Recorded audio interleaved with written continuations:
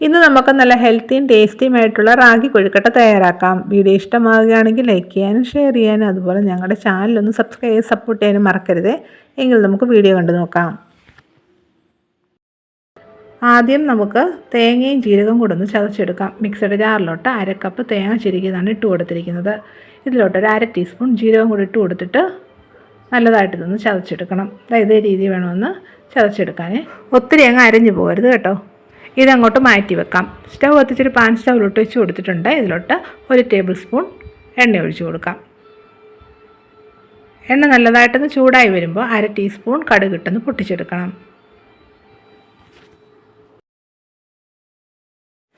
കടുകെല്ലാം പൊട്ടിയതിന് ശേഷം ഇതിലോട്ട് 1 സ്പൂൺ കടലപ്പരിപ്പിട്ട് കൊടുത്തിട്ട് നല്ലതായിട്ടൊന്ന് മൂപ്പിച്ചെടുക്കണം.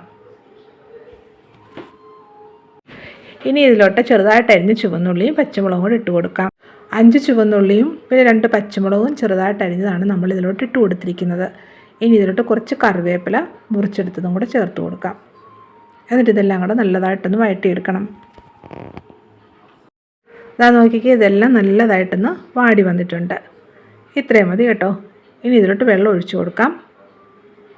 ഞാനിപ്പോൾ ഇതിലോട്ട് 1.25 കപ്പ് വെള്ളമാണ് ഒഴിച്ചു കൊടുക്കുന്നത്. 250 ml കപ്പാണ് എടുത്തിരിക്കുന്നത്.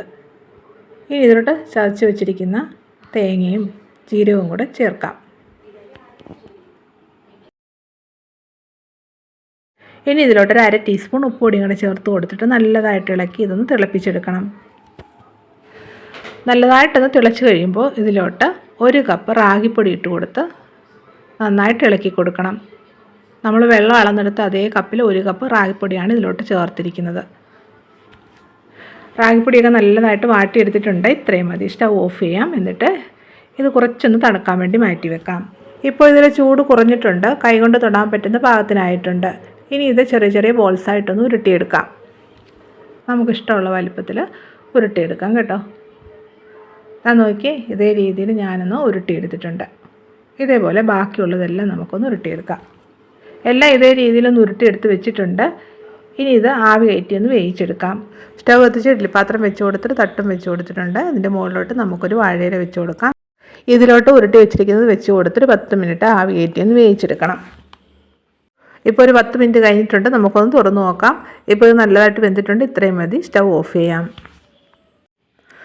ഇനി ഇതിൻ്റെ മുകളിലോട്ട് കുറച്ച് തേങ്ങാപ്പീര ഒന്ന് വിതറി കൊടുക്കാം. എന്നിട്ട് 2 മിനിറ്റ് നേരം ഒന്ന് അടച്ചു വെച്ച് കൊടുക്കാം. 2 മിനിറ്റ് കഴിഞ്ഞിട്ടുണ്ട്. നമ്മുടെ റാഗി കൊഴുക്കട്ടയൊക്കെ റെഡി ആയിട്ടുണ്ട്.